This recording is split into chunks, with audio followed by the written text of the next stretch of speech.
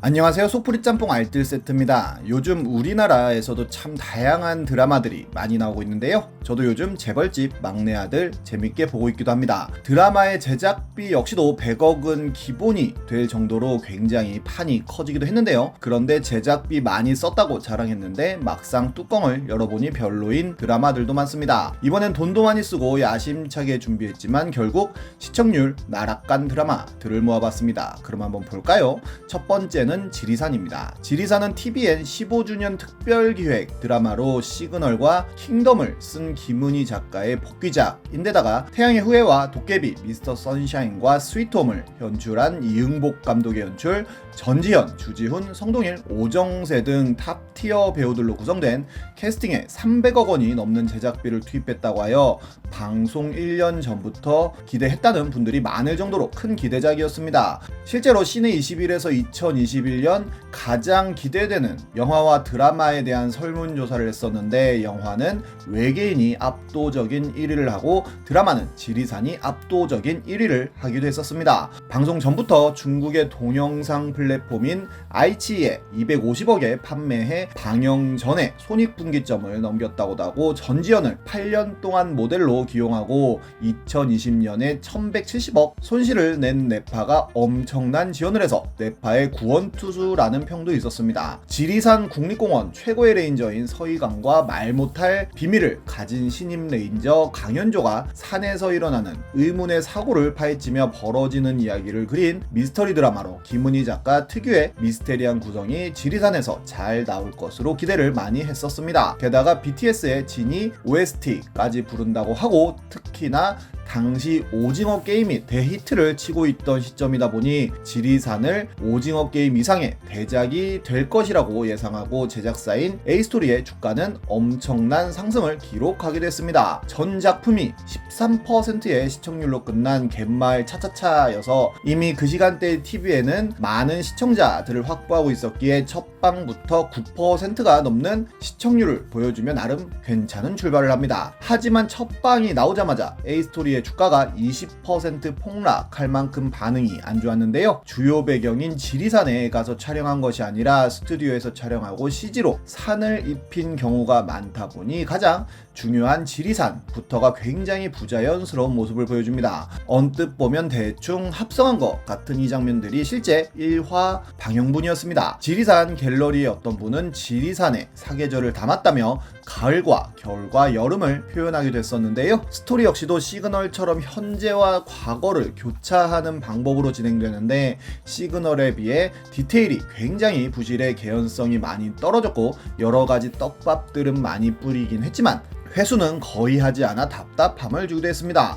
게다가 배우들의 명성에 비해 드라마의 캐릭터는 매력이 없어서 이런 배우들을 이렇게 쓰냐는 비판을 받기까지 했는데요. 게다가 PPL 역시도 너무 자기적이라서 네파 광고냐는 말이 나오기도 하였고 주지훈은 갑자기 오정세가 건네준 콜라겐을 먹기도 하고 지리산의 깊은 오지에서 에그드랍 토스트를 먹었는데 실제 지리산에서 가장 가까운 에그드랍은 72km가 떨어진 광주점이라고 합니다. 이런 혹평들 때문에 새롭게 보는 시청자가 유입되지 않으며 시청률은 9% 밑에서 놀다가 마지막 회에서 다시 9%를 찍으며 마무리합니다. 지리산의 캐릭터들을 NFT 마켓에서 판매했었는데 2만원 정도의 가격으로 팔려 업비트 NFT 최저가를 기록하기도 했었고 삼성카드 임직원 쇼핑몰에서는 지리산은 망했지만 네파는 네파입니다 라는 문구를 쓴 광고 배너를 공개해 네파 광고 근황이라는 제목으로 많은 커뮤니티에 돌아다니며 큰 웃음을 줬었는데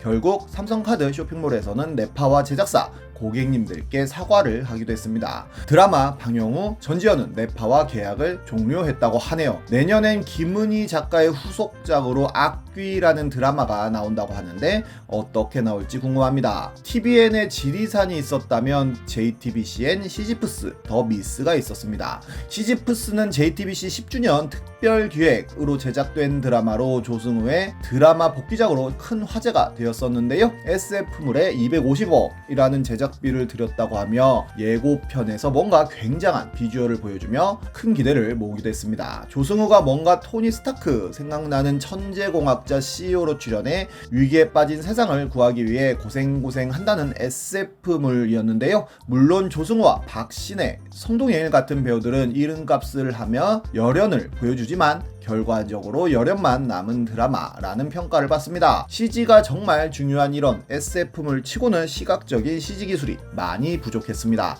특히 이런 장면은 예전 우레메에서 보던 크로마키 기술 느낌을 보여주기도 했는데요. 하도 이 장면이 많이 까이자 JTBC에서는 아예 크로마키 촬영 현장을 공개하기도 했습니다. 오히려 비슷한 시기에 방송했던 빈센조에서 사람들이 당연히 송중기가 직접 이탈리아까지 가서 촬영했다고 생각했던 장면들이 알고 보니 송중기는 한국에서 찍고 배경은 따로 촬영한 영상과 합성한 것으로 밝혀지며 시지프스가 비교되며 더 까이기도 했었는데요. 스토리 역시도 굉장히 늘어지며 지루한 모습을 많이 보여주면서 전체적으로 소재는 참신하지만 연출은 올드한 신파라는 평을 받습니다. 디테일 역시도 은근 비판을 받았었는데 모래폭풍이 거세게 부는데 방독면을 놔두고 스카프로 코를 막으며 나간다든지 미래에서 통조림만 먹고 자라 바나나 까먹는 방법을 모른다는 설정을 넣는 등 무리수 같은 설정을 보여주기도 했었습니다. 결국 5%로 시작했던 시청률은 2회에서 6%를 넘기지만 계속 하락하며 4%의 저조한 시청률로 마무리가 됩니다. 다음은 더킹 영원의 군주입니다.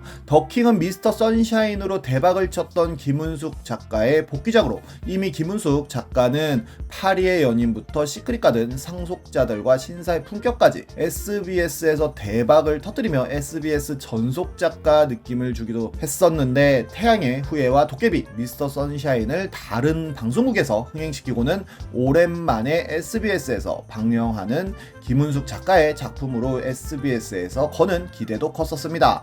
약 320억이라는 제작비를 투입하였고 상속자들의 이민호와 도깨비의 김고은을 캐스팅하며 2020년 가장 기대되는 드라마로 꼽히기도 했었습니다. 더킹은 대한민국과 평행세계인 대한제국을 오가는 판타지 드라마였는데요. 그런데 첫 방송 하자마자 바로 논란이 벌어집니다. 타이틀 영상에 사용된 대한제국 궁궐 이미지가 일본 건물 아니냐는 외색 논란이 벌어진 건데요. 바로 제작사에서는 사과하고 타이틀 디자인을 수정하기도 했습니다. 그리고 김은숙 작가의 작품답게 항마력 테스트를 하는 느낌의 대사와 설정들이 많기도 했는데 이번엔 그게 과했다는 평가들이 많았습니다. 굉장히 난해한 세계관을 자랑했지만 설정에는 구멍이 많았고 특히 이민호의 캐릭터가 굉장히 많은 비판을 받기도 했었는데요. 이렇게 맥시무스라는 백마탄 왕자로 나왔었는데 정말로 백마 타고 나타나 김고은을 구하는 장면이 나오기도 하고 상속자들의 김탄이 그대로 대한제국으로 온 모습을 보여준 느낌이었습니다.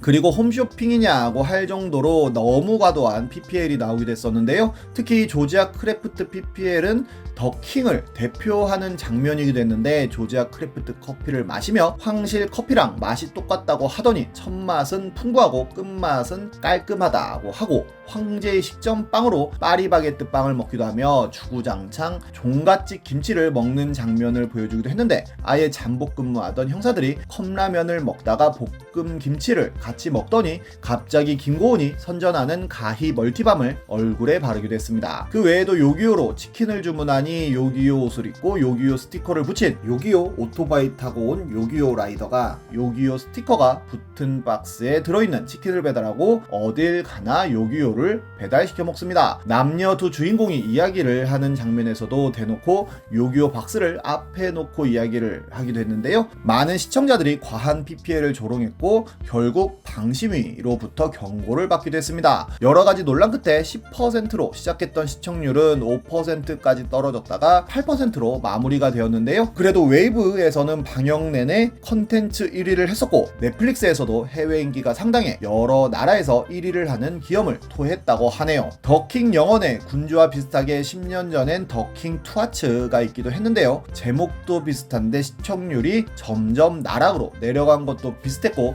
대체 역사물이라는 점도 비슷했으며 PPL 떡칠이라는 점도 비슷했습니다. 특히 던킨 도너츠의 PPL이 많이 과했었는데요. 주구장창 도넛만 먹는 장면들이 나와서 몰입감을 많이 방해했었는데 원래는 더킹이었던 제목을 더킹 투 하츠로 바꾼 이유가 던킨 도너츠랑 비슷하게 만들기 위해서 아니냐 있는 이야기가 나오기도 했었습니다. 내년에도 많은 드라마들이 방송될 텐데요. 재밌는 드라마 많이 나오면 좋겠네요. 지금까지 속풀이 짬뽕 알뜰 세트였습니다.